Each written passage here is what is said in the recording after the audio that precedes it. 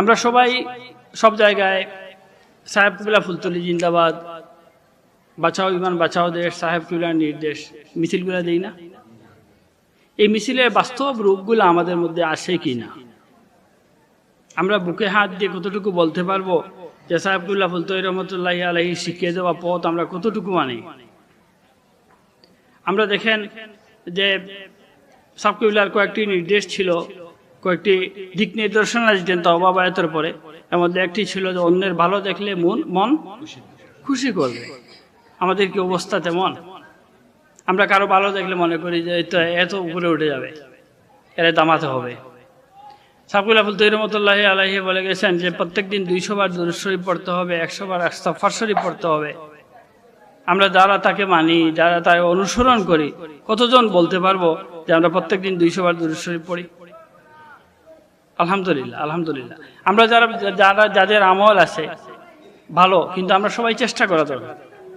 বর্তমান ফিতনার যুগে একমাত্র ইবলিসের সহকর্মী বলেন, ইবলিসের স্থলাভিষিক্ত বলেন আমাদের মোবাইল। রাতে যদি মোবাইল আমরা 1 ঘন্টা 2 ঘন্টা না টিপি তাহলে ঘুম আসে না। ফজরের নামাজ পড়লাম কি পড়লাম না এটা পরের কথা, কিন্তু রাত্রে আমি মোবাইল টিপতে হবে। আপনারা যদি দেখেন, আজ থেকে 20 বছর আগের কথা চিন্তা করেন, যে মুরব্বী যারা আছেন তাদেরকে বললে যে আপনি কালকে কি করলেন, 2 ঘন্টা কোরআন শরীফ পড়ছি। আগামীকাল কি করবেন? যে ওজাইফ পড়বো। আপনাকে যদি জিজ্ঞাসা করা হয় আপনি কি করবেন, না ফেসবুকে তো অমুক এইটা বললো, এটার জবাব কি হবে? এইগুলা থেকে আমরা বেরিয়ে আসা দরকার।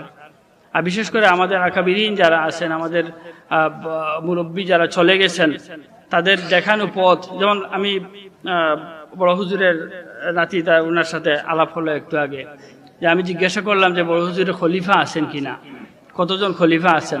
তখন তিনি বললেন যে তিনি এই মুরিদিনের লাইনে যাননি। উনি বলেছেন যে আমার মুর্শিদ আমাকে বলেছেন যে কোরআন শরীফের খেদমত করবো, আমি একমাত্র কোরআন শরীফের খেদমত করবো। আমরা যদি এখন দেখেন পীরের অভাব নাই।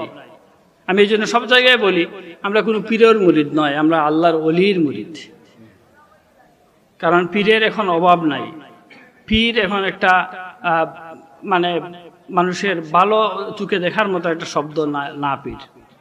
এই জন্য আমরা সব পীর দেখবো না। আপনারা দেখবেন এখন কয়েক বছর আগে দেখা গেছে যে ফুলতলি সাহেব কিবলা রহমতুল্লাহি আলাইহির খলিফা নামদারি কিছু মানুষ বের হয়েছেন, যারা মানুষকে গুমরাহ করছেন। আলহামদুলিল্লাহ, কিছু মানুষকে জব্দ করা হয়েছে, বন্ধ করা হয়েছে। কিছু হয়তো বা এখনো আছেন। যদি এমন কেউ থাকেন, আমরা শুধু একটা জিনিস, যে লেবাস